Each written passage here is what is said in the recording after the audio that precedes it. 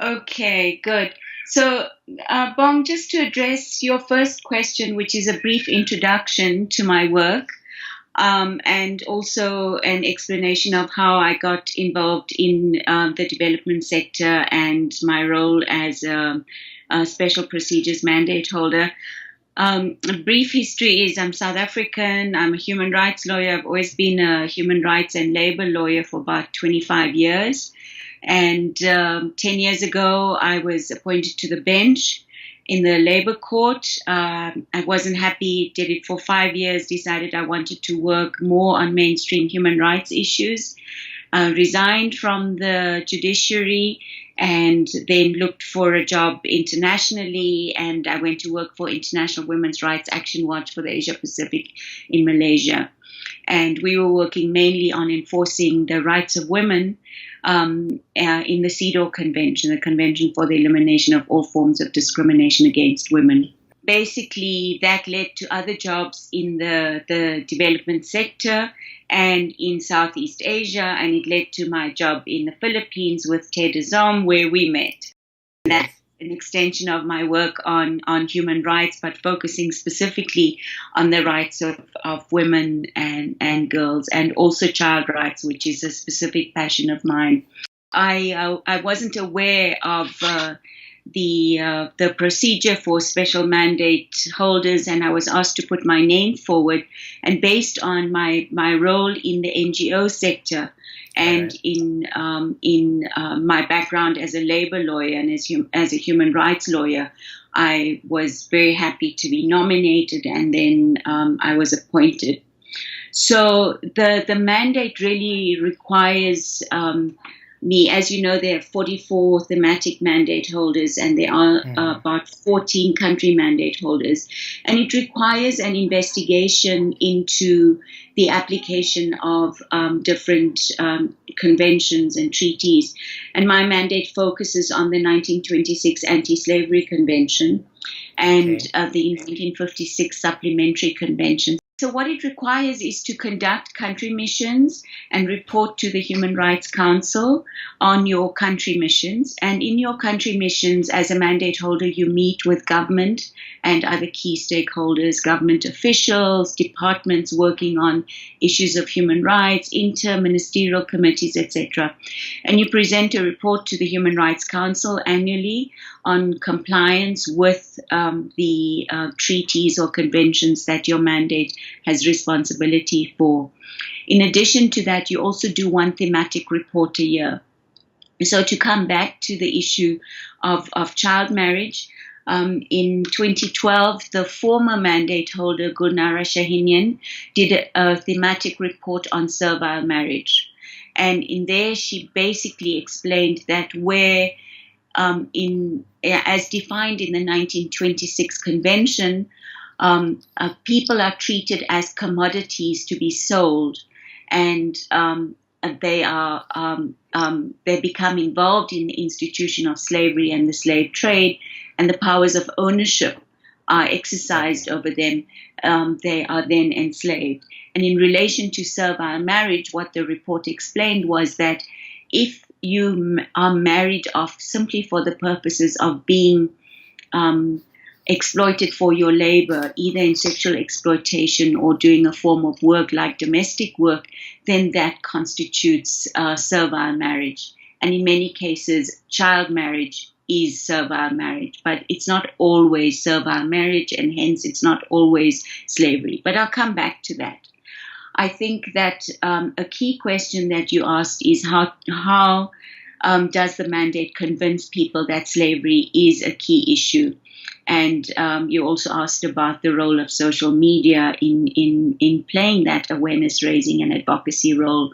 Now, those are very key questions because, as you've correctly pointed out, people see it as a very archaic notion that slavery doesn't exist and that the slave trade no longer exists.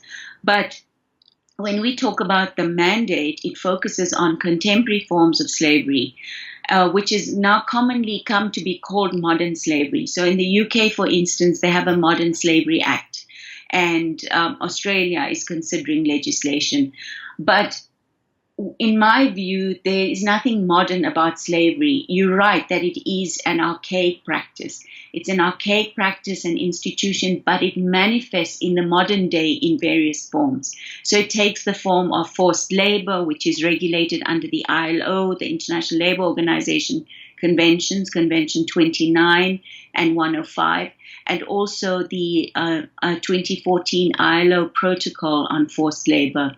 It also takes the form of bonded labor, domestic servitude, which is forced domestic work, which is not paid and done involuntarily, serfdom, which is forced agricultural work.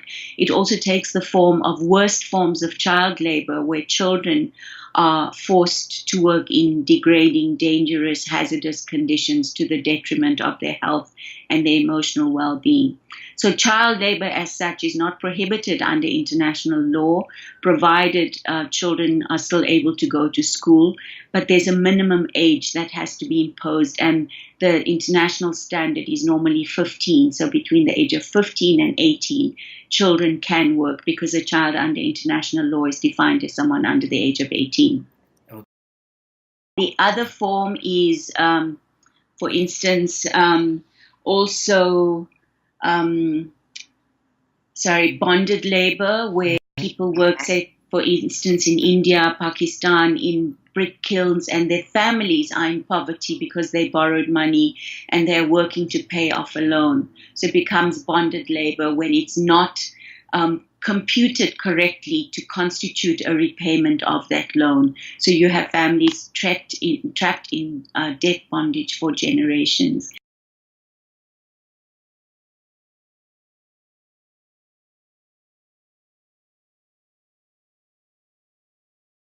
So I think that in essence, the definition is where a child someone under the age of 18 is married. That's child marriage, okay? But there are many exceptions to that broad definition. So, for instance, most laws of countries permit consensual marriage by children who are adolescents. So between the ages of 16 and 18, the most national laws recognize that a child can consent. So a teenager or adolescent can consent. So that is not considered a crime, whereas in many countries, child marriage is a crime, or at least under international law, under the Children's Rights Convention, child marriage is contrary to international law. So there's that general definition, but there are exceptions to that definition. So the one is recognizing that teenagers can give consent.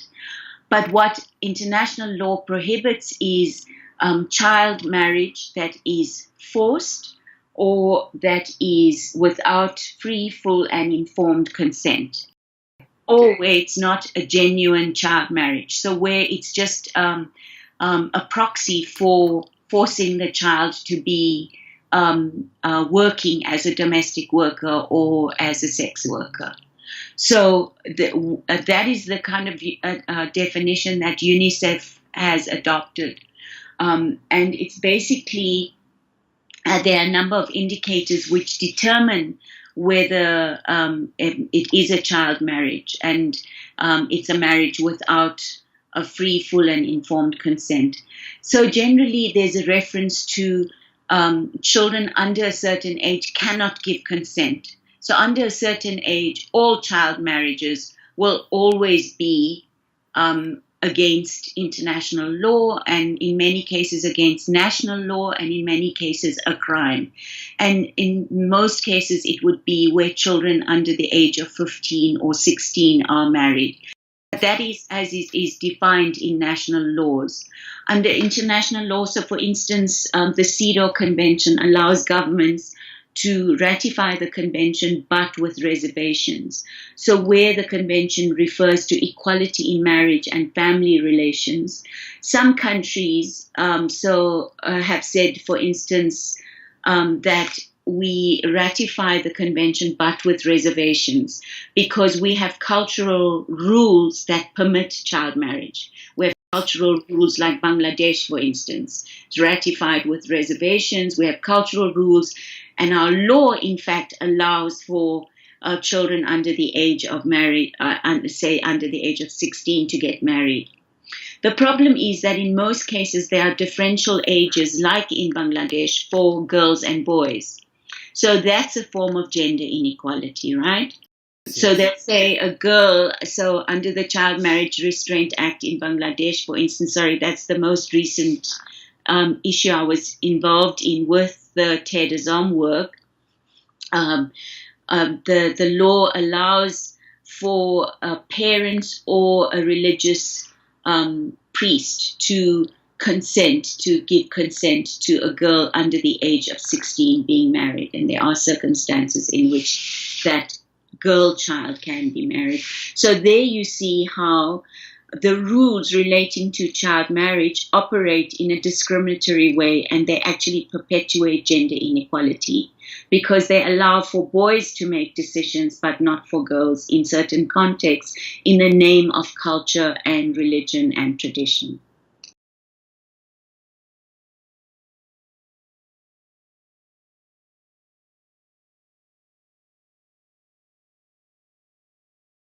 They are interrelated issues, but they are also very specific. So, for instance, you can't definitively say child marriage is child slavery, okay? Because it depends on the circumstances. It depends on the age of the child. It depends on what work the child is being forced to do. Is the child being forced to engage in commercial sexual exploitation? Is the child being forced to work as a domestic worker in the home of the family into which the child is married? Or as in the case of Niger, for instance, where they have this practice of marrying a fifth wife. So a man can marry under the law in Niger 4 wives under Islamic law, but can take a fifth wife who is usually a young girl, who is not married as such to him, but who is a domestic servant to him and his wives and the whole household. So there the marriage is purely for the purpose of exploiting that child in the household to provide domestic work. So it depends on age, the nature of the work. In some instances, for instance, a child is married off either with the consent of the parents or without the parental consent into a situation where the child is literally sold, married to someone for the purposes of working in a brothel. Then you come to the trafficking situation. So, sorry, just to get back to slavery, you would have to say this child marriage is child slavery, where the work the child is doing is hazardous. It's the worst form of child labor, where there's ownership and control over that child. The child's not allowed to leave the house. They have no access to their documents. They have no freedom to move. And the child is in essence married just so he or she, and it's mainly she, can be treated as a property of the husband and the family. So then child marriage becomes child slavery. Now, in some instances, child marriage occurs because of trafficking. So you hear, for instance, of women from Vietnam being trafficked to China, and they sold as brides, they sold as child brides. Now they end up in child labor or child marriage because they are trafficked, because they are moved from one country to another. They are trafficked for the purposes of labor exploitation and sexual exploitation, but the way to legitimize it is through getting them married. So you may find there's a willing husband in China, and the wife is unwilling, or she's under 18, and then it's a forced child marriage. So what the UN system and what international law does is distinguish between child marriage, forced marriage, and early marriage. So you'll see a lot of the UN reports, and there were some of the General Assembly resolutions as well from like 2014, 2015. And there was a study done, I think, by the High Commissioner's Office in Geneva refers to child, early, and forced marriage. So they recognize that this collection of activities is a problem where someone is a child, i.e. under the age of 18, where someone is not a child, but they are forced into the marriage, and where there's early marriage, where maybe the person consents, but it's too soon for them to be married. They're still the children. So it's child, early, and forced marriage. That's really the kind of distinction that's been made. So in terms of your campaign strategy, you need to be very clear on what the target is and be very clear about the definition. So if the target is child marriage and what you're addressing is the problem of child marriage, then what you're addressing is all children under the age of 18 being allowed to marry.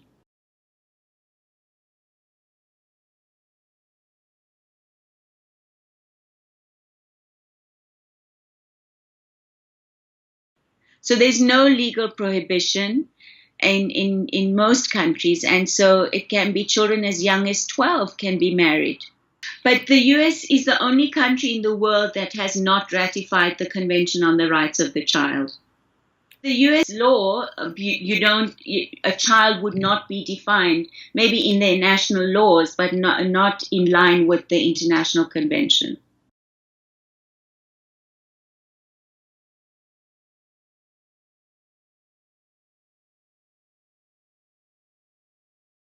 I would say that it has a very key role to play because social media can raise awareness and it can be a key advocacy tool. So, for instance, some of the organizations I had contact with in Kenya working on both on ending female genital mutilation and on ending child marriage. And I met them at the first African Union Summit on the girl child, which was in Rwanda in 2015. There are organizations in Kenya who said that they use cell phones and they've created groups like on Facebook and on social media where they have monitors in different villages and they get alerted when there's preparation for a marriage happening.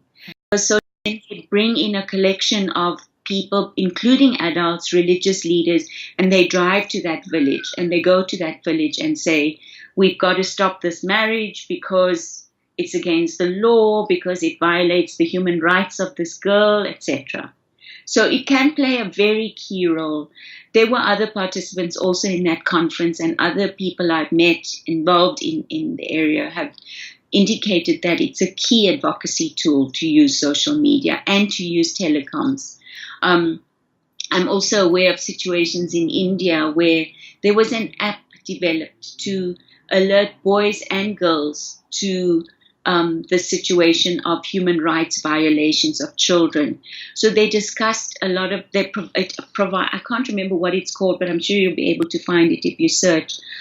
They provided information on sexual and reproductive health and rights of boys and girls, and it gave them information about where to access information. That was also linked to a lot of the problems that were identified where girls were married off by their parents because they were pregnant, or where they feared the girls would fall pregnant.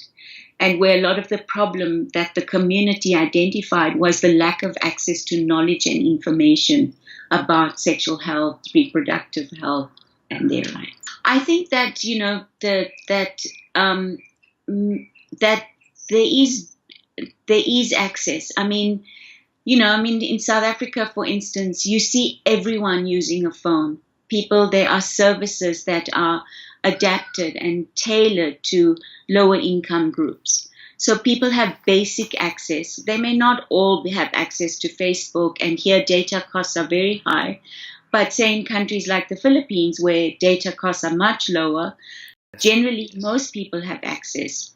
So I think that, I don't know if there's research showing that, levels of income and how that correlates with access to internet and cell phones. There may very well be research, but I think that in general, people manage to overcome that issue and to obtain access. So the one example, which is just anecdotal, which I just became aware of through watching something on YouTube, was also a helpline in India where a couple of men, older men, have started a service, and it's called Love Line or something, or love marriage help or something. So someone calls and says, I'm in this village, my parents are forcing me to get married, or they want to kill me because I want to marry someone outside my caste, and they go and help to rescue them.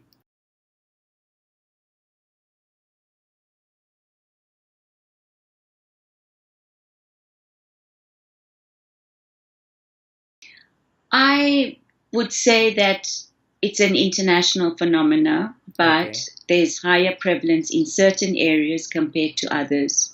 So, for instance, if you look at that, the ILO global estimates of modern slavery study in 2017, they looked at forced labor and child labor, but they also did a separate report on child marriage. And that report gives you the latest prevalence information. But there's also, I think, Girls Not Brides, that has done a lot of research. And the prevalence is very high in Middle East, North Africa, and in Southeast Asia and South Asia. But according to more recent estimates, in Middle East, North Africa, the prevalence rates have dropped. In sub-Saharan Africa, also prevalence rates have dropped. But in certain areas of South Asia and Southeast Asia, rates have increased. You have to link to situations like, say, situations of conflict and displacement. So Rohingya refugees in Bangladesh, there's been a reported increase. Syrian refugees. So, you know, I think that there may be areas where in specific situations of conflict where child marriage, say in a country or region, has increased because of conflict as one of the causal factors.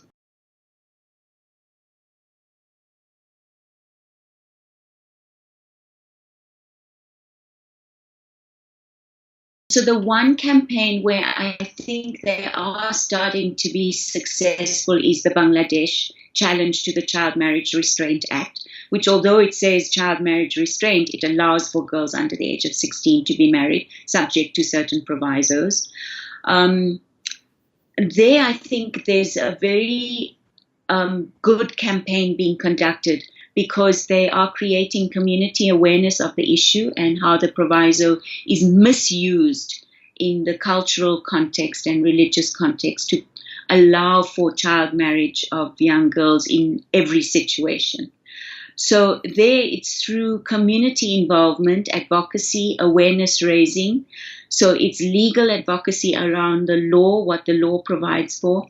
It's community awareness to make communities aware of what happens to a child when she's married too young or where she's forced into marriage. So how her human rights are violated, how her health rights are violated, how she ends up in early pregnancy and medical conditions linked to early pregnancy and early birth. So they're working with communities broadly, but also traditional leaders and religious leaders in communities. And that, I think, is a very good campaign. As far as I know, the law has not yet been changed.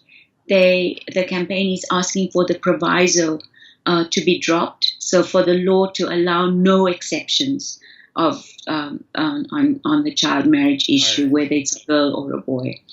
In Africa, sub-Saharan Africa, there was the Kigali conference led to a declaration. I think it's called the Kathmandu Declaration Against Child Marriage. And it's in which many governments committed and national human rights institutions committed to ending child marriage. So there's also a key success factor, because you're bringing in national human rights institutions in a country, and they can play an advocacy role to send a clear message that child marriage violates a girl's human rights, and that should be prohibited in national law.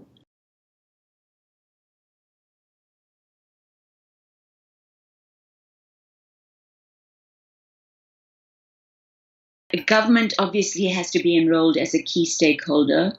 Civil society organizations, women's rights organizations, human rights institutions, but also the private sector can be a key stakeholder. And young people themselves are key stakeholders. The private sector can play a key role, because what they can do is make it clear that child labor is not tolerated.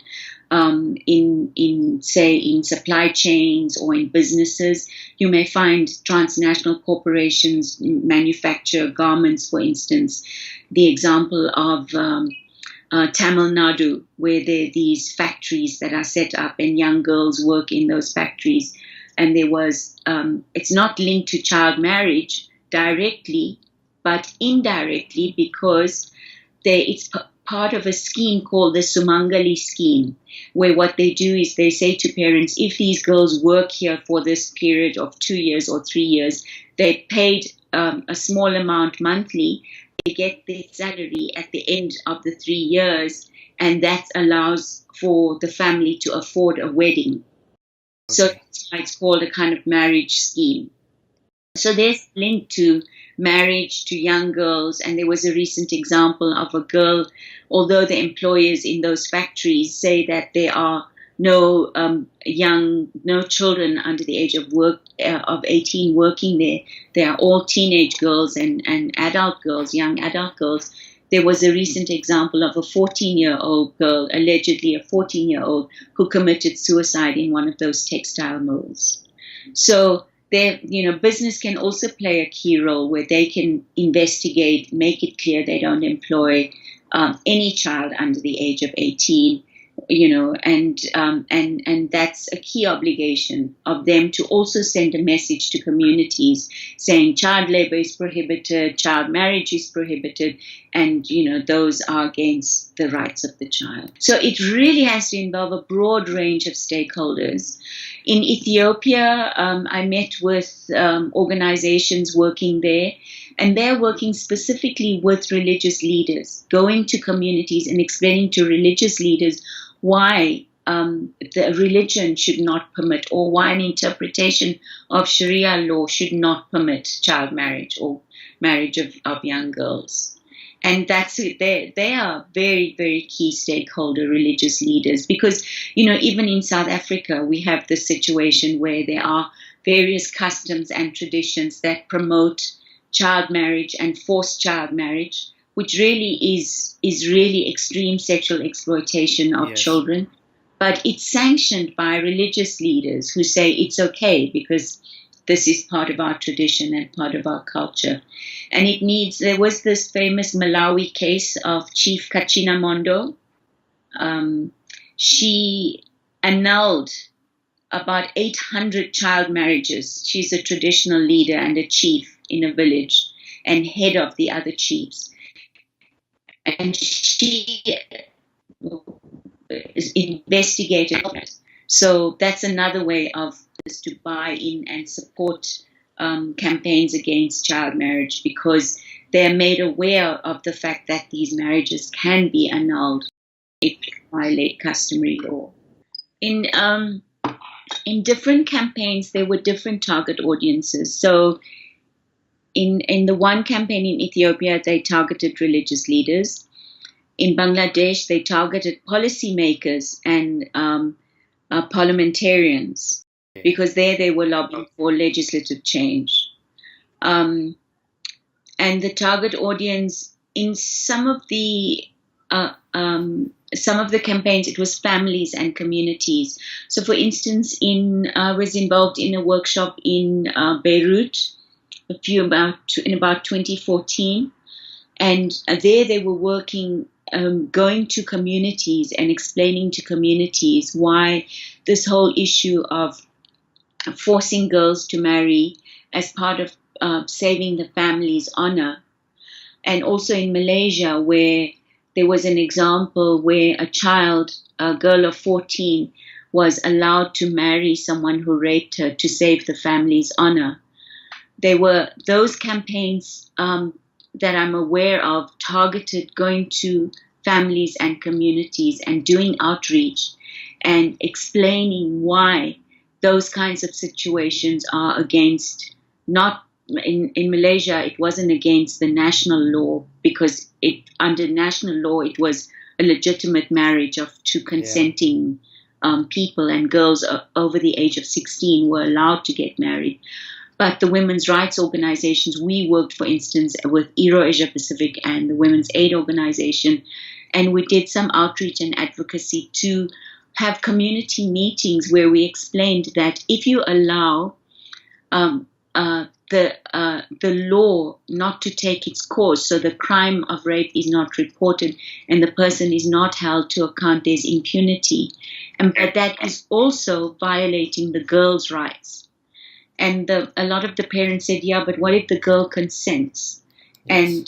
And we raised the issue in the discussions about, but is that real consent? Is it genuine? Or is she being forced into a situation where she agrees to the marriage because the person or his family has paid her family some money and they're saving the family honor? So I would say the target audience very much depends on the context, on the country, on the specific situation that's occurring, and on the causes of the situation.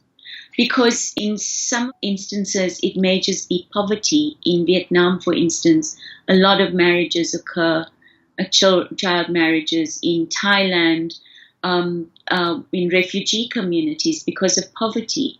And so the parent is paid a small sum of money and the child is literally sold off to be married. So different situations, I think, need different responses, but there are a number of common areas that become relevant.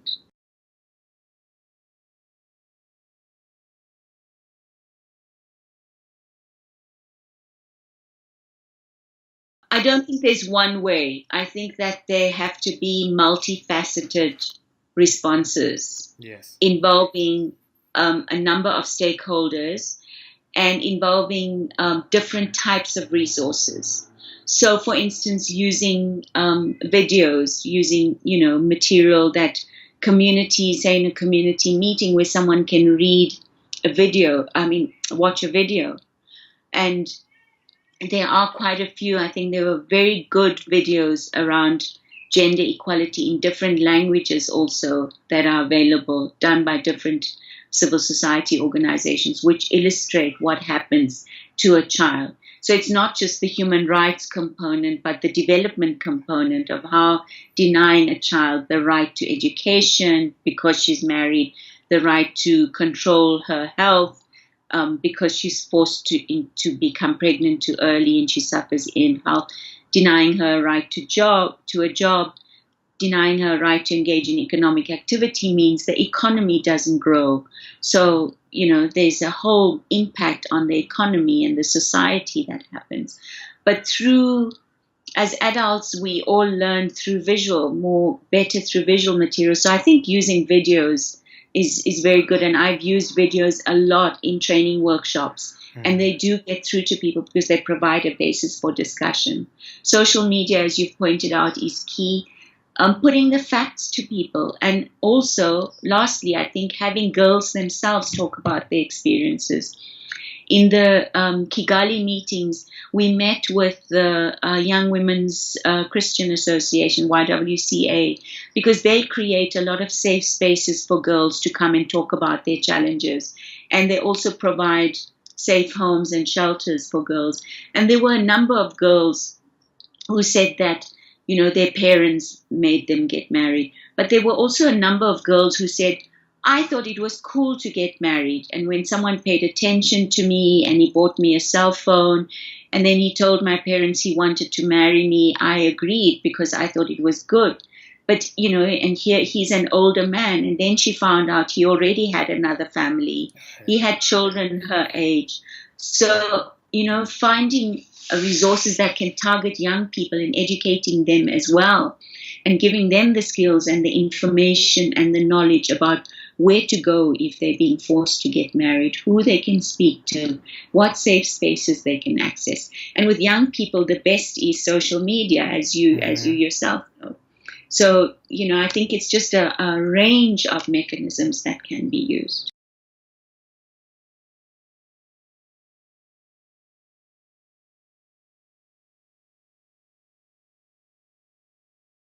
I would firstly say I really commend you and your team for this project, because I think it's incredible and I have no doubt it will be successful. But I want to say that we have to end all forms of slavery, contemporary forms of slavery. But we have to pay specific attention to children and the rights of children. And where children's rights are being violated in the most extreme way, through forcing them to get married, where girls are forced to marry, it's a denial of their human rights, but also their fundamental right to live a full and meaningful life. And that's such a basic tenet of the Universal Declaration of Human Rights, of the Charter of the United Nations, of broad international law, that everyone has the right of agency, the right to forge their own lives, the right to live full, free, and meaningful lives. But it's also a value that we ascribe to as a moral society, a society that believes in equality, in justice, in human dignity. And that is something that we need to uphold, and we need to do everything within our power to end not only child labor, but child marriage, child slavery, and all forms of exploitation of children.